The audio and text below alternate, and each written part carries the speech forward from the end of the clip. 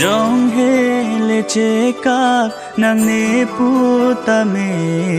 man po se melang dang non Boche dunang pu ave ko pai ke me pate pe on e jutang aron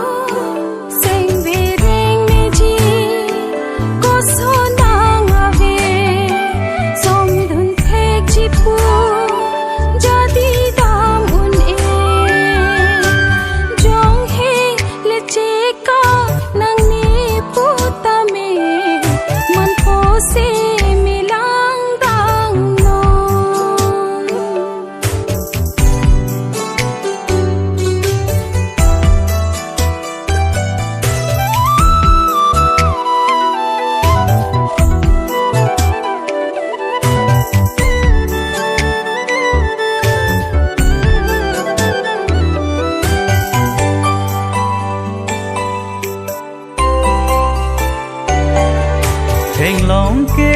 ar kanun chu jeng ar kanune bang so joy ni che o jog je riro itu makore ka preglang le indugo son si jer leba ham phang tai phan nang deng de nang ko le je preg dak sita jil preg li aron lu Ate cepu ceru dokoke.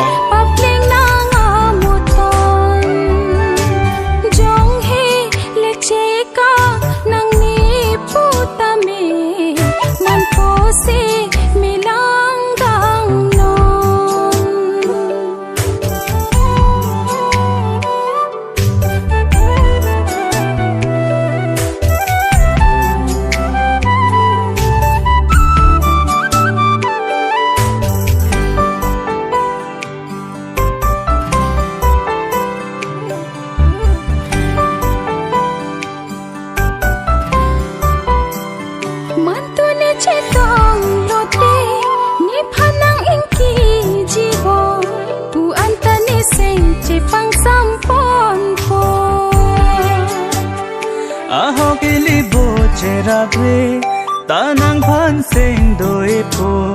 nang som thot ki ni long damone